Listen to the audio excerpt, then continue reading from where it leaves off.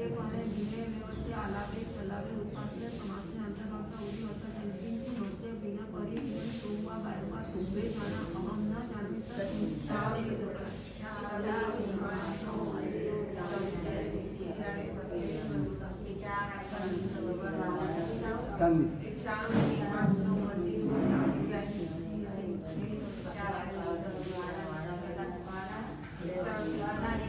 ले लो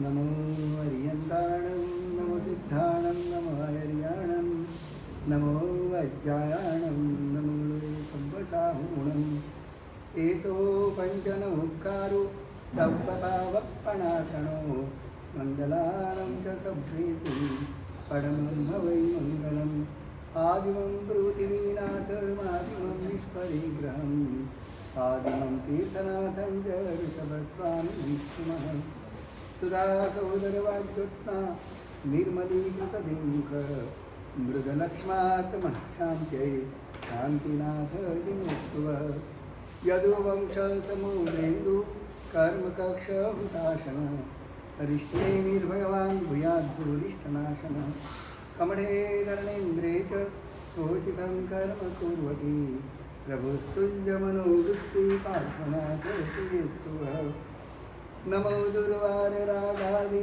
वैरिवार निवारिणे अर्हते योगिनाथाय महावीराय तायिने अंगूठे अमृतवसे यापितनामण्डा श्री गुरु गौतम समरिये माचित फलदाता मंगलम भगवान वीरो मंगलम गौतम प्रभु मंगलम स्थूलभद्रात्य जैनधर्मोस्तु मंगलम शिवमस्तु सर्वजगतः परहितनिरता भवन्तु भूतगणा दोषाप्रयान्तु नाशं सर्वत्र सुखी भवतु लोकः सर्वत्र सुखी भवतु लोकः अज्ञानतिमिरान्धानां ज्ञानाञ्जनशलाकया नेत्रमन्मीलितं येन तस्मै श्रीगुरवे नमः तस्मै श्रीगुरवे नमः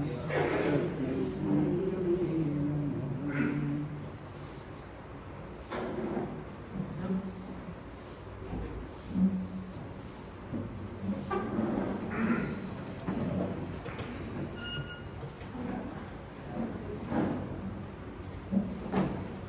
चल वंदन कर लेते हैं।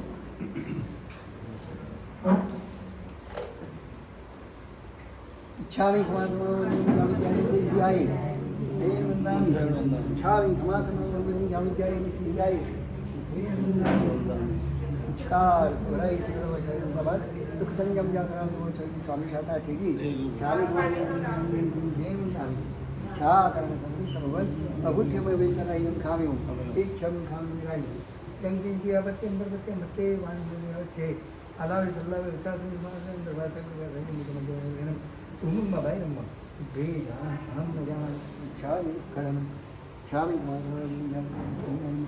nami chakan ni sebenarnya sansau sem chawi nami chakan ni sebenarnya lesu sem chawi nami sekali kawan pasal kari baina pasal karo suji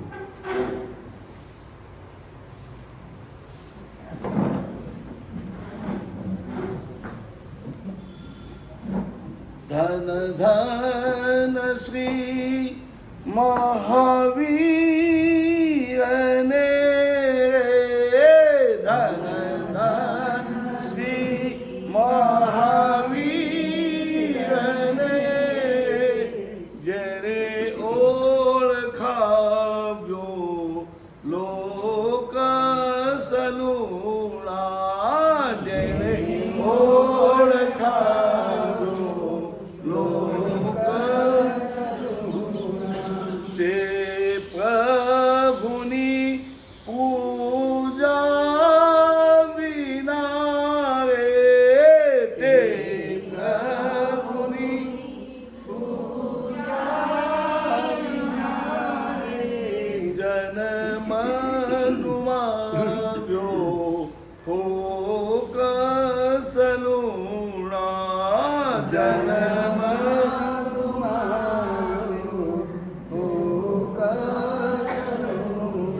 धन धन श्री अरिहंत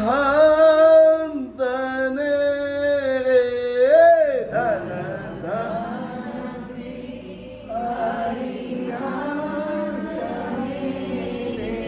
जेणे ओळखाव्यो नाम सलूणा जेणे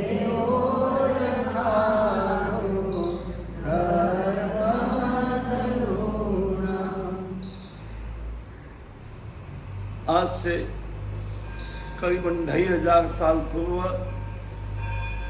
करुणा के साक्षात अवतार भगवान महावीर प्रभु ने जगत का उद्धार करने के लिए 12.5 साल तक घोर तपस्या की।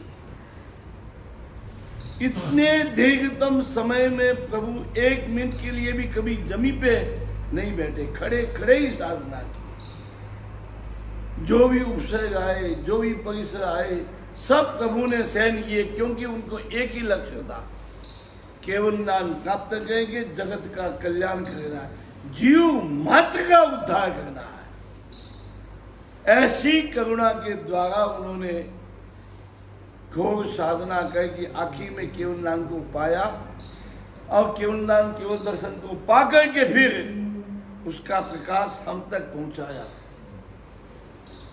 जीते जी तो प्रभु ने एक काम किया ही किया, मगर जाते जाते एक ऐसी व्यवस्था छोड़ के गए जिस व्यवस्था के तहत आज भी हमें प्रभु का वो ज्ञान मिल रहा है।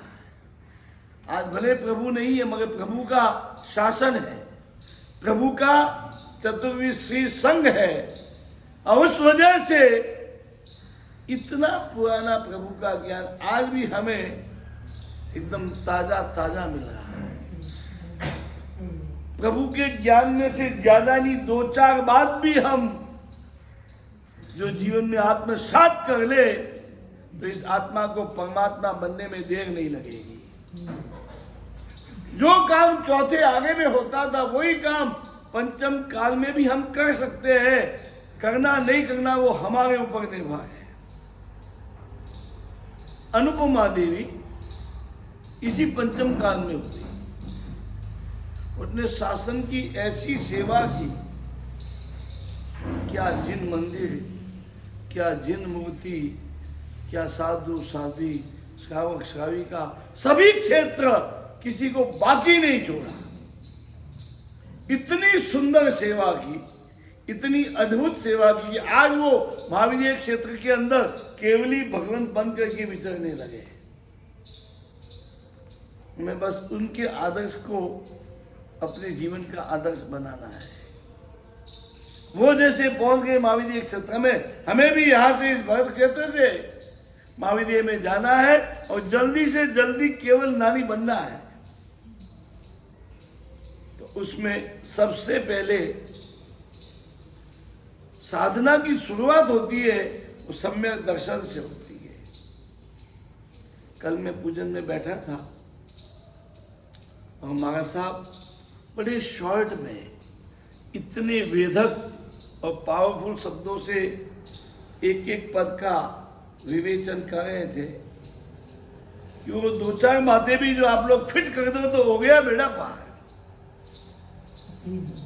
सम्यक दर्शन की जब बात की, ये सम्यक दर्शन एक अनुभव है।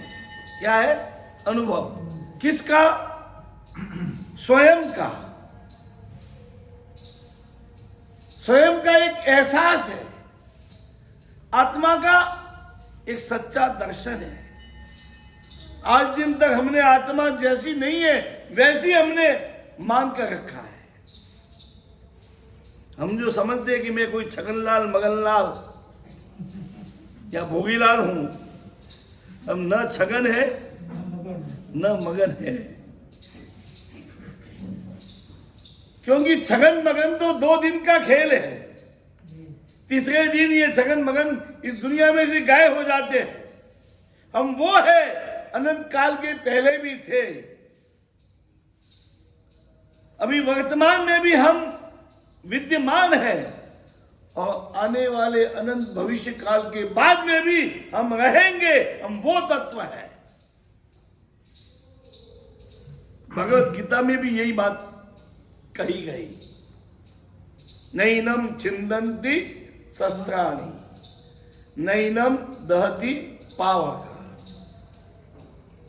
दुनिया की बहुत सारी चीजें कट जाती है, छिल जाती है, जल जाती है, डूब जाती है, तहस नहस हो जाती है। और एक आत्मा ऐसी है, दुनिया का कोई शस्त्र आज दिन तक पैदा नहीं हुआ जो इस आत्मा को काट सके, छिल सके, एक छोटा भी भाग अलग कर सके। इसको कोई दुनिया की आग जला नहीं सकती, कैसी भी आग कितना भी जलाती हो, मगर आत्मा को कोई जला नहीं सकता। न इसको पानी में डुबो सकते, कुछ भी नहीं हो सकता। हम जो सोचते हैं कि आत्मा का जन्म हुआ, आत्मा की मृत्यु होगी, ये भी एक भ्रम है।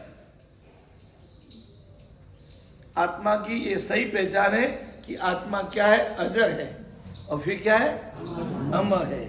मगर ये सब बोलने में है, हम बोल लेते हैं कि बस आत्मा अजर और आत्मा अमर है।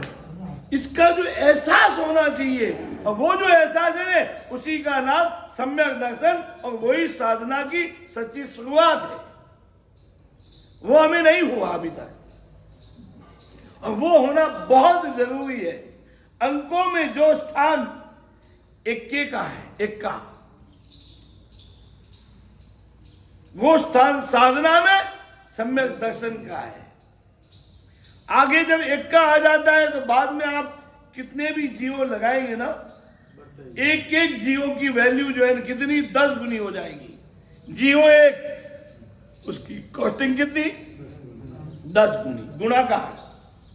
पहला जीवो लगाया तो कितना हो गया, और दूसरा लगाया तो, और उसके बाद में फिर 10,000 लाख 10 लाख करोड़ 10 करोड़ 10 गुना होता ही जाएगा। मगर कब आगे जो इक्का है तो, और इक्का नहीं है तो 100 जीवो लगा दो, कितने 1000 जीवो लगा दो, वो जीवो के जीवो रहेंगे। 10 गुनी तो क्या, सिंगल भी वैल्यू नहीं हो सकती उसकी, सिंगल भी। और जो इक्का लगा दिया तो वही शून्य, जिसका नाम ही शून्य, वो शून्य नहीं रहता, सीधा ही 10 गुना। तो अंकों में जो स्थान, जो महत्व, जो वैल्यू इक्के का है, साधना जगत में सम्यक दर्शन की वही वैल्यू है। सम्यक दर्शन के बाद में सारी आराधना जो है ना वो गिनती में आती है, उसकी वैल्यू बनती है।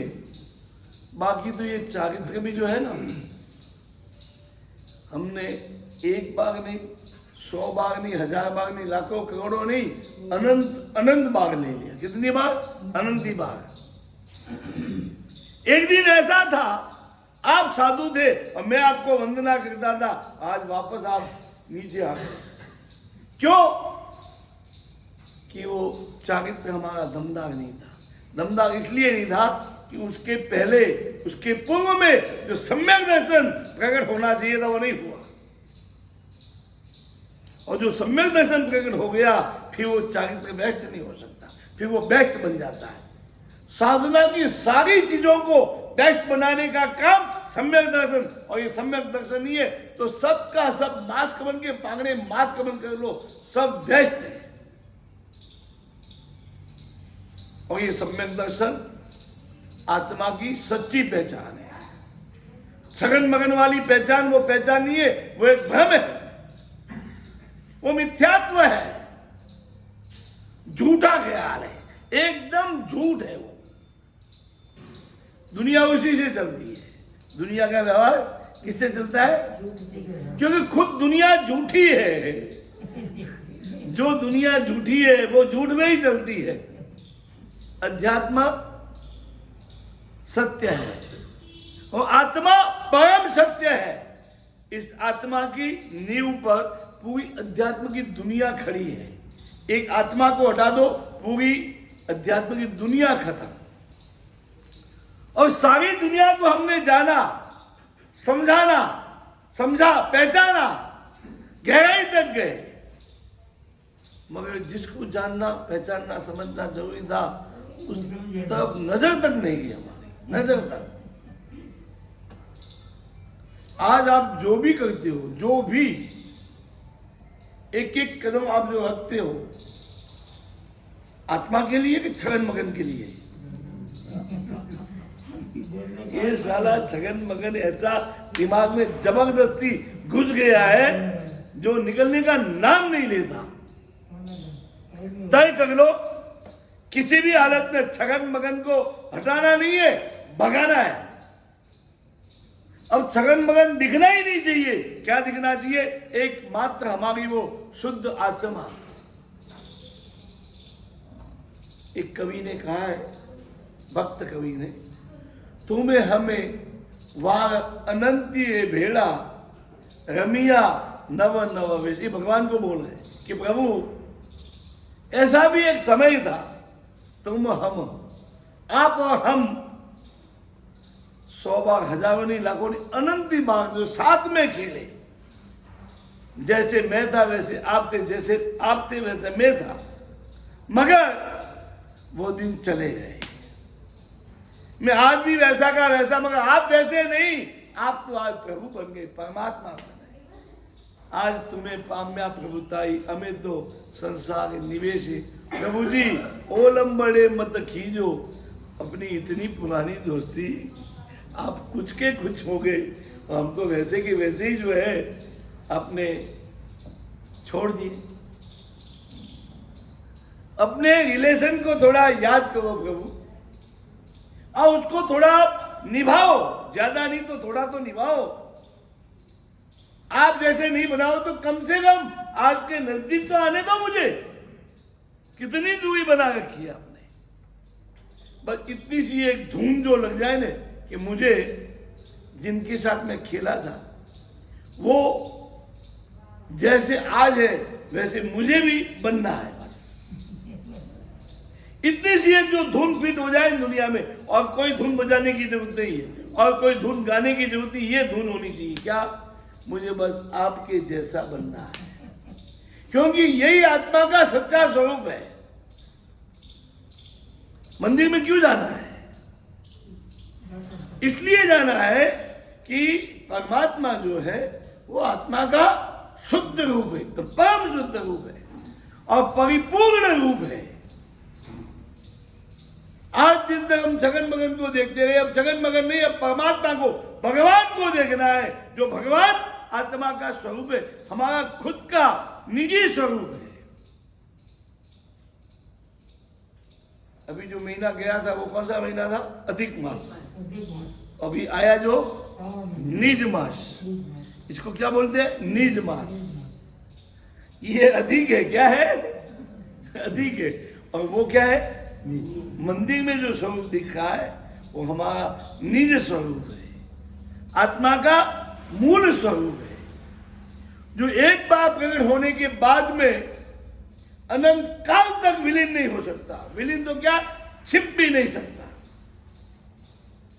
आनंद गंज जी जो परम योगी राज थे, ऋषिदेव भगवान के स्तवन में कहते हैं कि भगवान इस दुनिया में किसी से दोस्ती करने जैसी नहीं है। आज अपन सब इकट्ठे हुए हैं, ये क्या है मालूम? अपना संगम क्या है? पंखी मेला है अपना ये संगम। आज मैं हूं, कल कौन जाने कहाँ रहूंगा, दुनिया के किस कोनों में कैसे मैं चला जाऊंगा कोई पता नहीं। और अभी आप जो कईयों ने इसमें कसमें खाई होगी, साथ जिएंगे और एकदम झूठ है और साथ जिएंगे में भी कोई दम नहीं। कुदरत को जब तक मंजूर है तब तक साथ जी लो भले, बाकी तुम्हारी कसमें कोई काम नहीं आती है। न साथ में जीने का भरोसा और मरने का तो कोई सवाल ही नहीं है।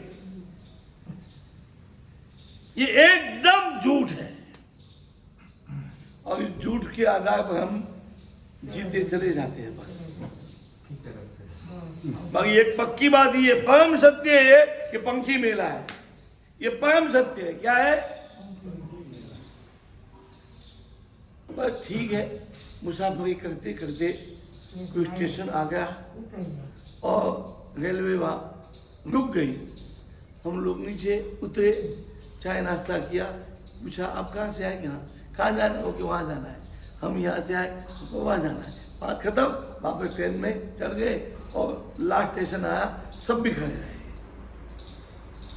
बस यही है, ये हमारी संसार की एक ट्रेन जो है चल रही है, जिसके स्टेशन कितने हैं?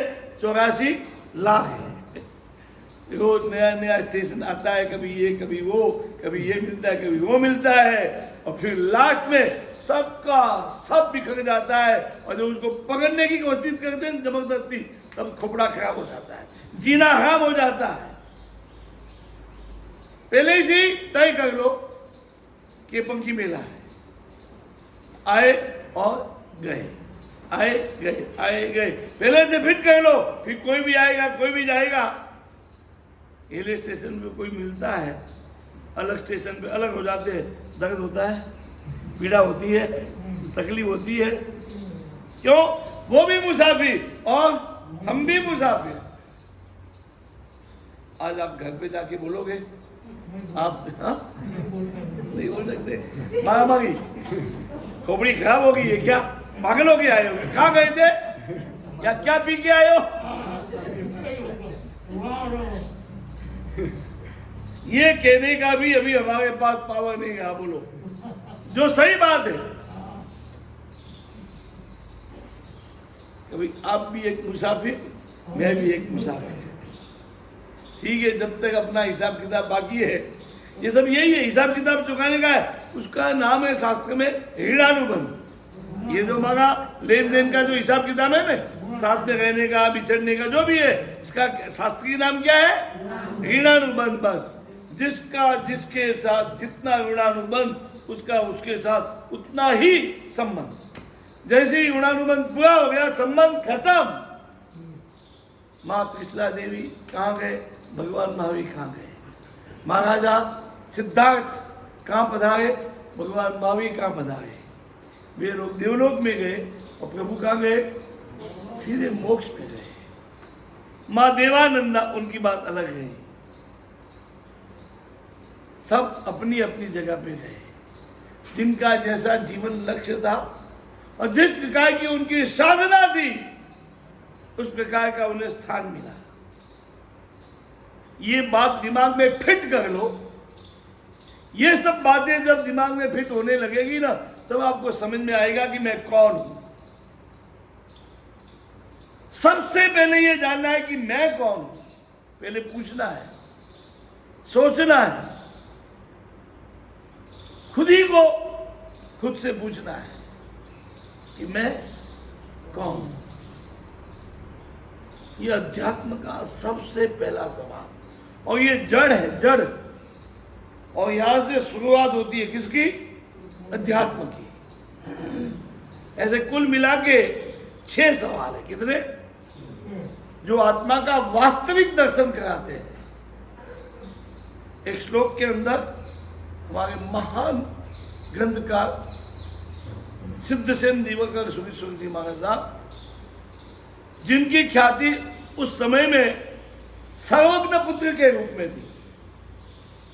महाराजा विक्रमादित्य इस बात को मानने को तैयार नहीं थे। कोई नहीं होता है सर्वज्ञ पुत्र, मगर इनके सामने जब आया और इनके ज्ञान को जब परखा, कान पकड़ के उनको कबूल करना पड़ा कि ये सर्वज्ञ पुत्र है। महाराजा विक्रमादित्य जा रहे थे कहीं और सामने से महापुरुष पधार रहे थे, बड़ा स्वागत हो रहा था। राजा ने पूछा अपने सेवक को, कौन है, सामने क्या है? तो कि इस नगर में कोई जैनाचार्य पधारे है और उनकी ख्याति दुनिया में, उनकी पहचान सर्वज्ञ पुत्र के रूप में है। लोग सर्वज्ञ पुत्र के रूप में जानते हैं। विक्रमादित्य विचार ऐसे कैसे सर्वज्ञ? देखता हूं मैं। और राजा की सवारी भी आगे बढ़ी, आचार्य भी आगे बढ़ाए, नजदीक आ गए। नजदीक में आते ही राजा ने सोचा कि रियल में जो आप सर्वज्ञ पुत्र हो, रियल में, ये कोई ढोंग ढकोसला नहीं है, रियल है, तो मैं आपको मन से वंदना करता हूँ, मन से, हाथ बात नहीं, हाथ नहीं जोड़ने का, झुकने का भी नहीं, ऐसे कैसे रहने का, और खाली मन से मैं सलाम मांगता हूँ। और मेरी मन की सलाम को आप जान लो और मुझे आशीर्वाद दे दो, तो मैं मानूंगा कि सर्वज्ञ पुत्र। आज का जैसे ही नजदीक आया उसके मन की बात जान ली, हाथ एकदम ऊंचा उठा के जोर से बोले, अच्छा धर्म लाभ का आशीर्वाद दिया। राजा विचार हो गया क्या बात है, फिर सोचा हो सकता है मैं सम्राट हूं ना, इसलिए आशीर्वाद दे नहीं दिया।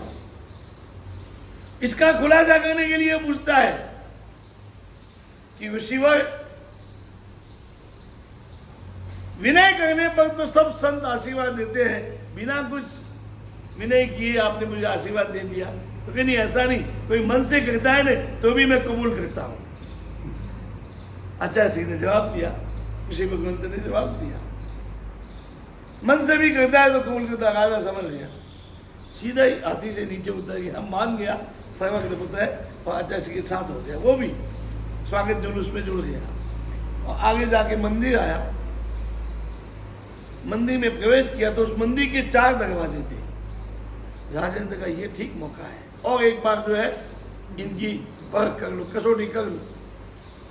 तो जैसे ही निकलने का टाइम हुआ ना, राजा ने प्रश्न पूछा कि भगवान, ये आपसे जो है जानना चाहता हूँ कि मंदिर के 4 द्वार है, तो आप ये बताने का कष्ट करें कि मैं कौन से दरवाजे से निकलूंगा।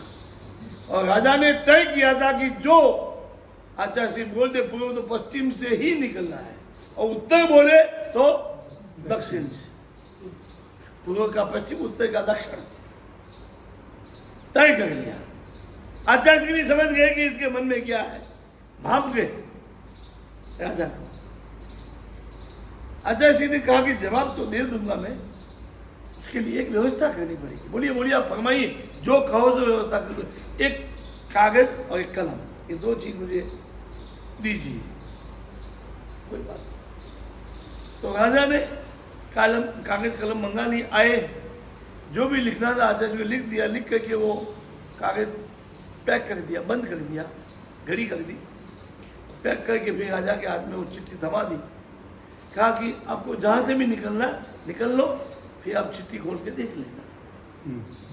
राजा ने कहा यार ये तो कैसा रास्ता निकाला, और इसमें क्या लिखा क्या पता, और मैं जहां से निकलूं वही लिखा हो तो। अभी विक्रम भी कोई कम नहीं था, आज्ञा रहता को भी इतने वश कर रखा था, ये भी कोई चालू चीज नहीं थी, पहुंची हुई हस्ती थी। दिमाग लगाया, 4 दरवाजे हैं, कोई भी एक लिखा होगा, मारो गोली दरवाजे को। अब राजा को कौन रोक सकता है। अब उसने दीवार गिरा दी, बोलो राजा ने, और दीवार गिरा के वहां से निकला, एक भी दरवाजे से नहीं। कहता है कि भगवान कहां से निकला, अरे मुझे क्या, मैंने पहले से लिख रखा, खोल के देखो। जैसे ही खोल के देखा, साफ लिखा था, तुम एक भी दरवाजा से नहीं निकलोगे, दीवार गिरा के वहां से निकलोगे।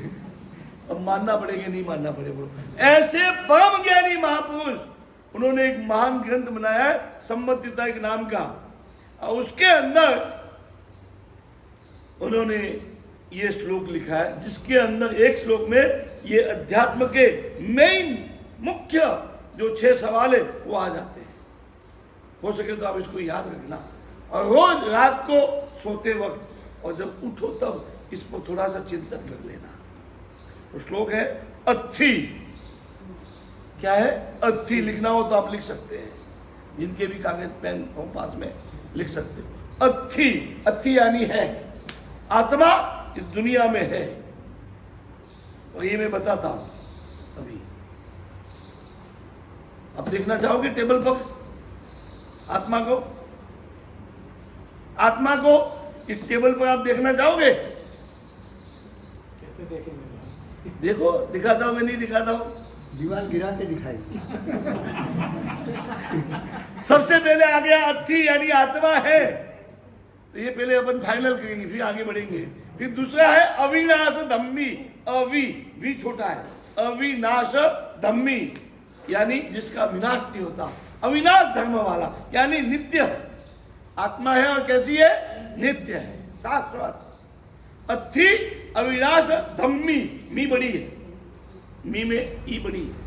अथि अविनाश धम्मी, करे ई छोटी, करे ई यानी कर्म का बंद करती है आत्मा। करे यानी करती है, क्या करती है? कर्म का बंद। फिर वे ए ई, क्या है? वे ए ई, इसमें भी ई छोटी है। करे ई, वे ए ई, वे ए ई। अथि अविनाश धम्मी, एक चरण हो गया, 4 चरण होते हैं श्लोक के, ये पहला हो गया अति अविनाश धम्मी। बाद में क्या है? करे ई, करे ई, करे ई, वे करे, राम वाला, राम लक्ष्मण वाला, करे ई, हाँ रे ई, राम जी वाला, करे ई, वे ए ई, वे ए ई। अथि, वापस अथि आया, निव्वाणम, हाँ निव्वाणम, अथि निव्वाणम, निव्वाण यानी मोक्ष। अथि अविनाश धम्मी, करे वे अथि निव्वाणम, नी छोटा है। इनका क्या मतलब है? यानी कर्म के फल का वेदन करता है, वेदन यानी अनुभव, कर्म के फल को भोगता है। हम जो कर्म मानते हैं उसके फल को हमें भुगतना पड़ता है। जैसे भगवान महावीर ने भी भुगते, भगवान ऋषभदेव प्रभु इतने महान दुनिया के संत हो गए और उनको 13 महीने तक किसी ने खाना नहीं दिया, प्रभु को भोजन नहीं मिला। कितने महीने तक? 13 महीने तक। मैं भी अभी निकलता हूँ ना, फ्रूट लेके आता हूँ, मेवा भी लेके आता हूँ, मुझे भी मिल जाता है। भगवान ऋषभदेव प्रभु को कुछ नहीं मिला, खाने लायक एक चीज नहीं मिली। कितने महीने तक? और जैसी वो अंतराय कर्म पूरा हो गया तो श्रेयांश कुमार ने 108 घड़े से 100 आया, अंतराय हट गया तो फटाक से कितना मिला? 108 घड़े भर के गन्ने का रस। तो इसको बोलते हैं कर्म के फल को भुगतना, वेदन करना। वेदन यानी अनुभव, कर्म के फल का अनुभव करना। कर्म का बंधन करती पहले आत्मा, फिर जो कर्म मानता है उसका उदय काल जो आता है तो जैसा उसका फल होता है वैसा उसका अनुभव होता है, यानी कर्म फल को भोगना पड़ता है। हो गया। फिर अथि निव्वाणम यानी आत्मा का मोक्ष भी होता है। आत्मा का मोक्ष यानी छुटकारा, किससे? कर्मों से, विषय वासना ये सब कुछ कषाय, इन सब से छुटकारा, उसका नाम क्या है? मोक्ष। और लास्ट में अथि निव्वाणम के बाद में अथि य मोक्षो वाहो, मोक्षो वाहो यानी मोक्ष का उपाय। मोक्ष है तो मोक्ष तब होगा तो उसका उपाय होगा, उसका उपाय नहीं होगा तो मोक्ष कहां से होगा? इसलिए मोक्ष है साथ साथ मोक्ष का उपाय। अथि य, अथि इसमें भी ई छोटी, अथि में अथि य मोक्षो वाओ, एक ही शब्द है। मोक्षो का आधा फिर ख, खो, मोक्षो वाओ। छ यानी 6 छ सम्मत ठाणा, इन सम्यक्त के रहने का स्थान है। इन 6 चीजों के अंदर सम्यक्त रह सकता है। इनमें एक भी कम हो तो सम्यक्त नहीं रहेगा। सम्यक्त को रखना है, ये 6 चीज होनी चाहिए। इन 6 चीजों का चिंतन होना चाहिए। अथि अविनाश धम्मी, करे वे अथि निव्वाणम, अथि मुक्को वाओ, य छ सम्मत ठाणा, इन इसमें ई छोटी, सब में ई छोटी आई। य छ सम्मत, हाँ सम्मत, डबल म डबल त और डबल स, तीनों डबल डबल डबल, ये दुनिया डबल ही है। य छ सम्मत ठाणा, इन ध्यान में आ गया? ये इसका मीनिंग क्या है? इसका मीनिंग ये है कि आत्मा है और वो जो आत्मा है वो नित्य है। नित्य होने के बावजूद भी आत्मा जो है कर्म का बंधन करती है, और कर्म बंद करने के बाद में जब उसका उदय काल आता है तो आत्मा जो है कर्म फल को भोगती है और जब आत्मा अज्ञान से हट के ज्ञान दिशा में आती है तो आत्मा का मोक्ष हो सकता है। और मोक्ष होने का इस दुनिया में उपाय भी है। मोक्ष का उपाय, मोक्ष है, मोक्ष का उपाय भी है। कितनी बातें हो गई? 6 है, नित्य है, कर्म की करता है आत्मा, कर्म की भोगता है, फिर मोक्ष है, मोक्ष का उपाय। शॉर्ट में बोल दूं, है, कर्म की करता है, और इतना लंबा नहीं बोल रहा हूं, तो है, करता है, फिर भोगता है। किस बात की भोगता? कर्म फल की भोगता। तो है, करता है, भोगता है, फिर अरे नहीं है, नित्य है, फिर करता है, फिर भोगता है, फिर मोक्ष है, और मोक्ष का उपाय। ये शॉर्ट में आ गया। वापस एक बार बोल देता हूं, फाइनल है। कौन है? आत्मा है, वो नित्य है, कर्म की करता है, भोगता है, मोक्ष है, और मोक्ष का उपाय। याद रहेगा? इसको 2 टाइम याद करना। कितने टाइम? 2 टाइम। कौन सा कौन सा? सोते वक्त और उठते वक्त। 2 तो अवश्य करना हो। बीच में दिन में जब जब भी आपको फुर्सत मिल जाए, जब भी आपका मन हो जाए, आप कभी भी कर सकते हैं। उसका कोई बंधन नहीं, जब चाहो तब कर सकते हो। अब अपने को देखना है कि आत्मा है कि नहीं है। हमारे भारत के राष्ट्रपति जो दर्शन शास्त्र के नंबर 1 विद्वान थे, डॉक्टर राधाकृष्णन, एक कॉलेज में पहुंचे लेक्चर देने के लिए, और लेक्चर का सब्जेक्ट था आत्मा। बोलने के लिए अपनी जगह पर खड़े हो गए, और सामने कौन है? सब कॉलेज के स्टूडेंट, और ऐसी ऐसी खराब खोपड़ी के होते हैं उसमें, उनको काबू करना, कंट्रोल करना, और उनके सवाल इतने गजब के होते हैं जिसके जवाब होते ही नहीं है। वो एक डॉक्टर कौन, नरेंद्र स्वामी रामकृष्ण परमहंस के सामने खड़ा हो गया और बोलने लगा कि आत्मा है तो महसूस कराओ। और जो उन्होंने माथे पे हाथ रखा, किन्होंने? स्वामी रामकृष्ण परमहंस जी ने। वो हाथ रखते ही जो है नरेंद्र की वो हालत हो गई, हाथ छुड़ा दिया, सहन नहीं कर पाया, और मान गया कि आत्मा है। इतनी एनर्जी उसमें भर दी कि वो सहन नहीं कर पाया। कैसे नहीं कर पाया? और वो नरेंद्र क्या बन गया? स्वामी, जिसने पूरी दुनिया को हिला, पूरी दुनिया को। एक बार जो आत्मानुभव हो जाए, आत्म साक्षात्कार हो जाए, आत्मा का जो एहसास हो जाए, तो फिर विवेकानंद बनने में कोई टाइम नहीं लगता है। मेन चीज ये है कि आपको एहसास होना चाहिए। तो डॉक्टर साहब खड़े हैं, एक स्टूडेंट ने बोला कि साहब आप बहुत लंबा लंबा भाषण देंगे, आप कितना भी लंबा देंगे, हम पे कोई असर पड़ने वाली नहीं है, क्योंकि ये ऐसी चीज है जो हम भाषण से नहीं, प्रैक्टिकल देखने से मान सकते हैं। आप यदि मनवाना ही चाहते हो हमसे कि आत्मा है, तो ये लेक्चर की माथापड़ी आप क्यों करते हो? ये जो टेबल है, इसके ऊपर आप आपकी आत्मा को रख के दिखा दो, हम उसी क्षण मानेंगे और जिंदगी भर मानेंगे, फिर कभी इनकार नहीं करेंगे। डॉक्टर साहब समझ गए कि सब ये आदमी है, तो फिर क्या जैसे के साथ तैसा कहना पड़ता है। मैंने चलो मैं टेबल पे जो रख के बता दूं, मान जाओगे? कि पक्का, कोई शक नहीं, बेशक मानेंगे। एक बात है, मैं टेबल के ऊपर रख करके आत्मा को दिखा सकता हूं, मगर मेरी भी एक शर्त है। ये मेरी आत्मा मैं तब रख सकता हूं कि आपके पास जो है बुद्धि हो।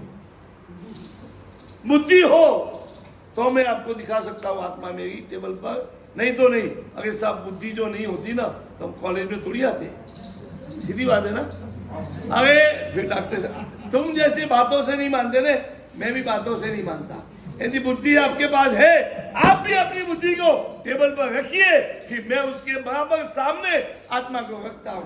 आप अपनी बुद्धि दिखाओ, मैं मेरी आत्मा दिखाता हूं। अब वो कहां जाए? और यदि है तो दिखाओ, और नहीं है तो फिर दिखाने का सवाल नहीं। अब वो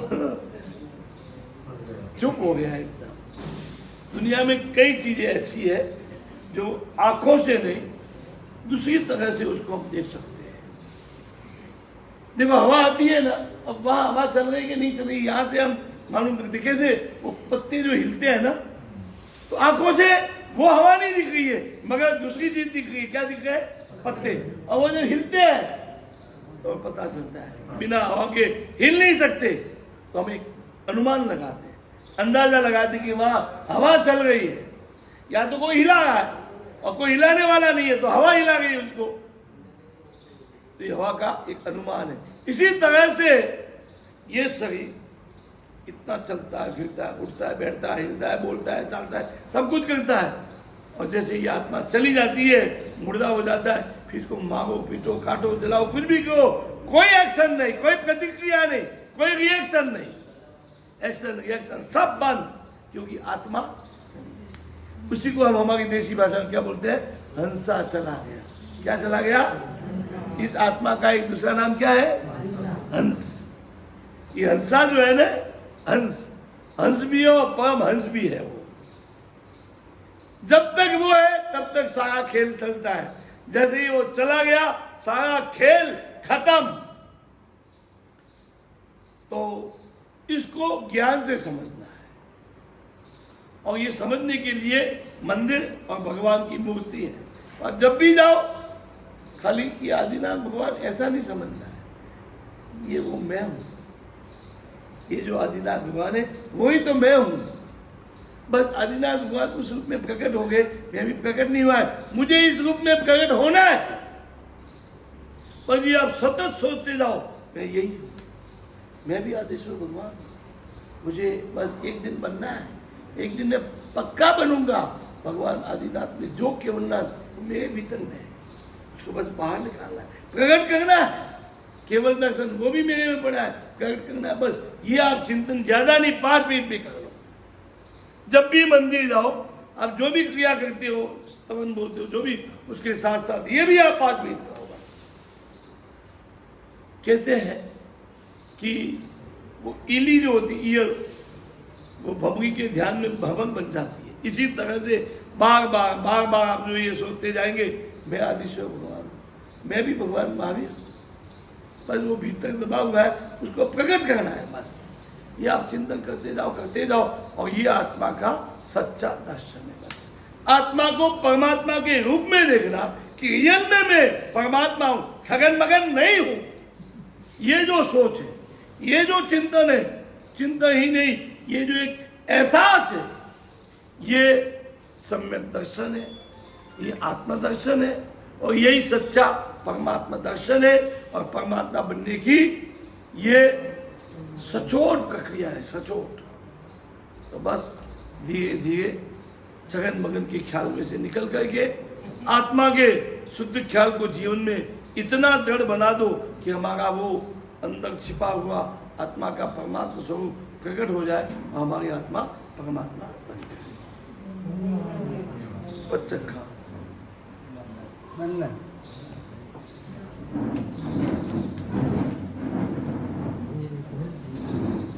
क्षामि क्षमा समणोनियम जामि जय निसियाय धीर मंदामि। क्षामि क्षमा समणोनियम जामि जय निसियाय धर्मनाम कार सुराई सुखद शरीर नवा संयम यात्रा मुझो जी स्वामी शाता छे। क्षामि क्षमा समणोनियम जामि जय निसियाय धीर मंदामि। क्षमा करने सदी से भगवान अबुठ्य में भी कराइम खामे एक क्षण खामे विनायम गंगिन जी आपत्ति अंदर बच्चे मते पानी में बच्चे हाल आवे चलता वो चार दिन बाद अंदर बात है बात है जमीन में जो है शुभ मम्मा भाई मत भे जाना हम न जाना तो छा में कर छा में कमाल हो नहीं जाऊंगी तो धीरे बंदा अच्छा खान